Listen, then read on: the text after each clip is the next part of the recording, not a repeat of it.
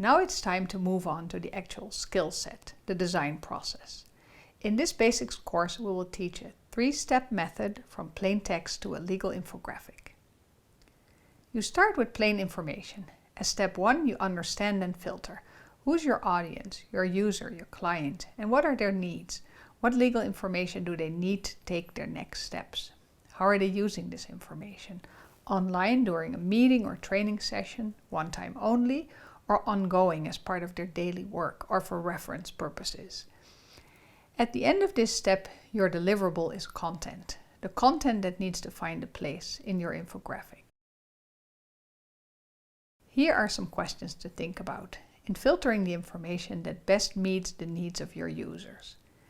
It takes a focused inquiry into the experience of your user as they deal with the specific legal situations that your information is intended for. At this point in the course, you have two options. Either switch to the module Know Your Audience or continue the basics course. If you've already completed the mini course, you may decide to just keep going. If you prefer to get the overview of the design method first, you can also keep going and spend more in-depth time later to learn about the needs of your audience.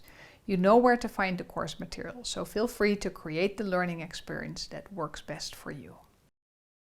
Your content now turns into a puzzle. You have to decide on an information structure, a diagram, some kind of visual framework that will make it easier to understand for the users.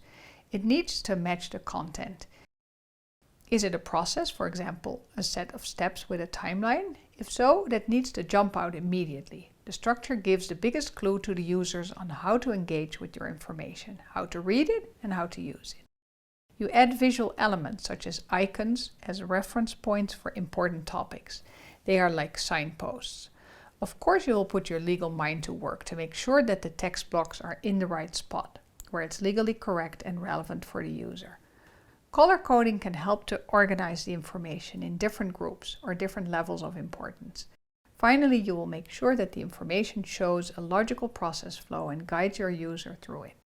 This is the most experimental step, the most creative step. There are many possible arrangements and many possible design solutions. Don't settle for your first design, but try out different ones.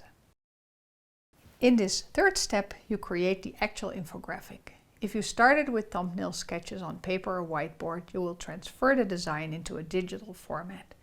Maybe you use PowerPoint, maybe diagramming software such as Visio or SmartDraw, or a specific infographic program such as Canva. All of these programs are fairly easy to use and to learn with free online tutorials. Check which IT tools your organization already has available. As always, the quality of the content is much more important than the tool. What you feed the software is what you get out of it. That's why this is step 3, not step 1. That's why you take this course. Just like any other legal document, you will bring eye for detail to the finished product. Check for typos and for consistency in the visual elements. Finally, you want to hear from others. Ask for feedback from coworkers and users. This does not have to be a formal user experience testing process. Just show it to at least 3 other people and you will find out what's clear and what's not.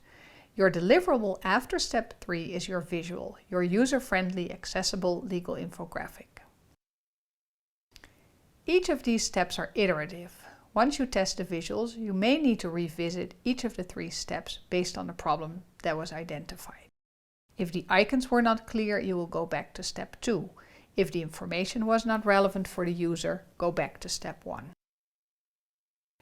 We return to the workbook for this course. You get to practice with the 3-step design method, turning your own piece of legalese into a bite-sized visual.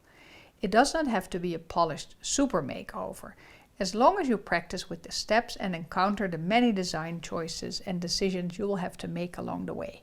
This is what gives you a real experience of what legal information design can do, and this is how you build your skills as a visual communicator.